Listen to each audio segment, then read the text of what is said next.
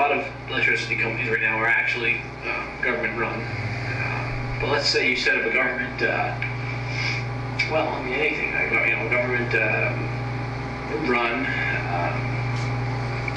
I haven't advocated government run anything. The company would be run by people paid to run the company. All right, that's it. All right, the government provides the seed money for the company. The company pays the government back in, say, the first 10 years, okay, by gleaning some profit out of the business to pay back the seed money.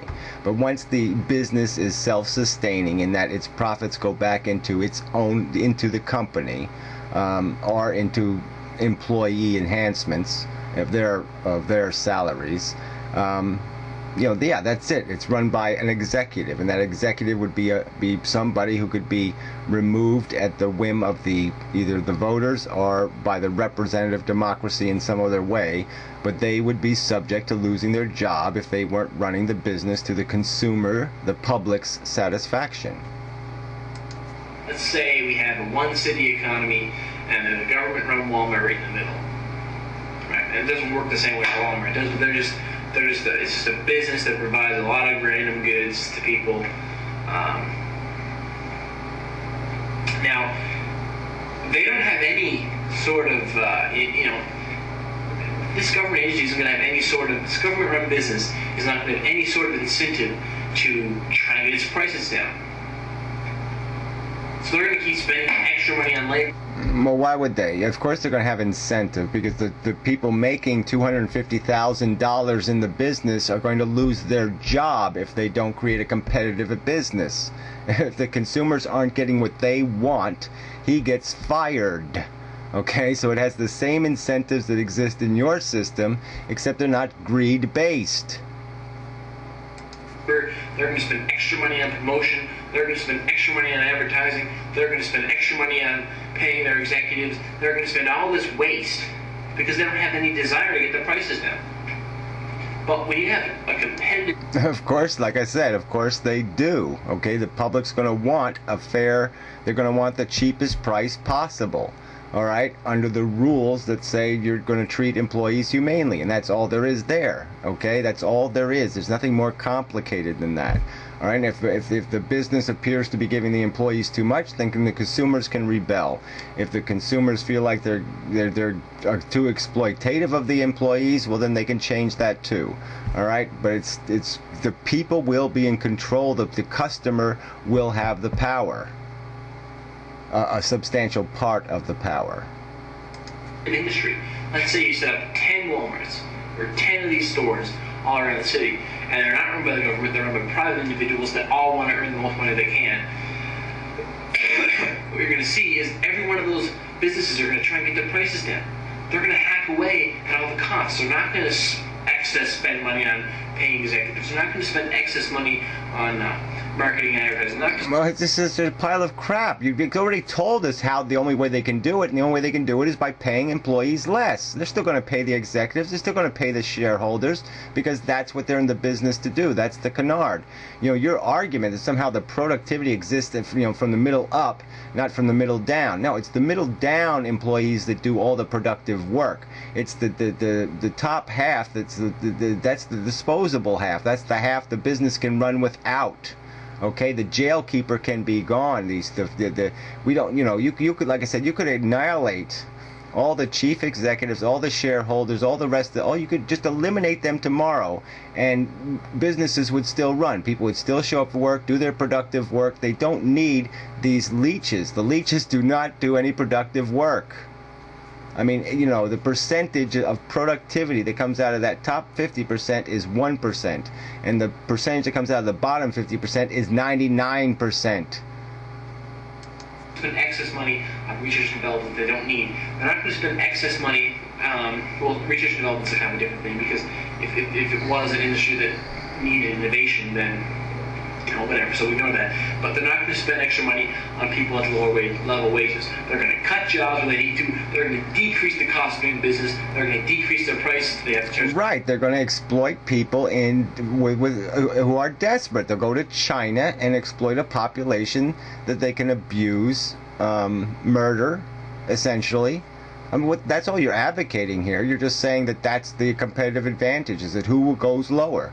Okay, it's a competition to the bottom, not the competition to the top.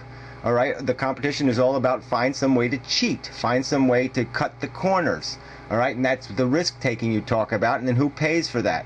Who pays for the asbestos disaster? Who pays for 3 Mile Island? Who pays for Love Canal? Who pays for the disasters created by all this corner cutting, okay, that you're advocating? Other ways to compete. If somebody's already doing so well that you can't compete with them, what's the point of trying? Why win that race if he's already won it? I mean, you're talking just about wealth. Just because somebody's rich doesn't mean you won the race. Just because somebody has 100 billion. Yeah, okay, so let's say, here's an example, okay, one of those little Google fucks has a wife now, and his wife has some genetic testing business. Now, if you're going to go into business, you think I'm going to get any, like, say I know I can do the genetic testing better. Do you think any venture capitalist is going to invest in me competing against the wife of one of the Google guys? Because he knows full fucking well that there's no way I'm going to be in a fair race. There's no way I'm going to be in a fair competition, okay? There's no way I can make any money because that wife can afford to lose money for 50 or 70 or 100 fucking years, okay? The net is so secure under her that there's no risk, there's no anything. So she can completely fuck up. She can run the shittiest business on earth and still nobody's probably going to take it on because everybody knows they're going to lose, okay? They're going to lose because there's a ton of money that can be thrown at that problem and nobody else can compete with that. That scenario exists all over the place. If you're somebody who has to work for 30 years to acquire enough money to start your own little business, right? You can't afford to make a fucking mistake. You can't afford any of that because there's going to be some rich housewife somewhere, married to, Joe Moneybags, okay? She can start the same business tomorrow. She can completely fuck up. It doesn't matter, okay? Because she can make all the mistakes in the world, but she's going to be able to out-survive you because she'll be able to lose money where you can't afford to lose money. And so, there's huge consequences to legacy wealth. There's huge consequences to having a competition that's rigged. And your system is rigged competition. Dollars. That doesn't mean this guy over here can't earn more wealth than that person. He can do it for himself. He can find other ways to be competitive. It's as simple as that. It's a stupid argument. Like I said, it doesn't deal with the real world situation. The real world situation is that there's a huge disadvantage, like 100 to 1, 1,000 to 1, 10,000 to 1 kind of disadvantage. Other routes through the maze that don't have to follow through his way. It's not that everyone doesn't start an equal playing ground, right? Some people are born with more advantages. Some people are. Yeah, and we should mitigate against that wherever possible. That's my point. You're sitting there saying that's the way it should be. We should endorse the fake advantages, the crookedness, the brokenness in the system. We should sit there and endorse the rigged race. We shouldn't even try to make it fairer. We shouldn't try to make it more competitive.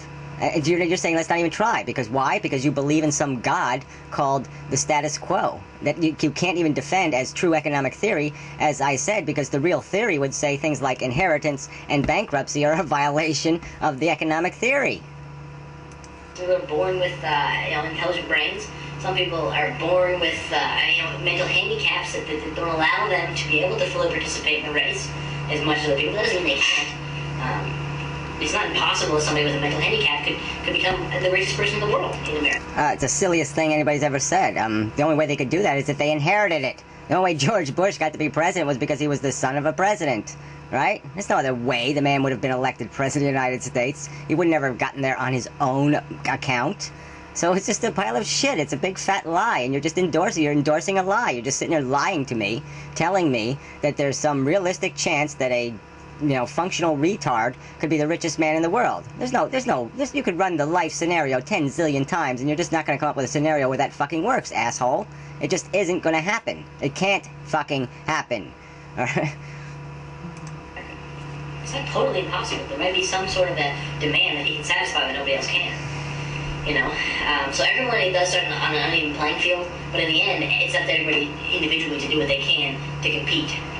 Why? Why is it that they have no fucking obligation? They have a certain obligation to fix the system, to say, let's fix the race. Why should I compete in an idiotic race? Why should I compete in a fixed race?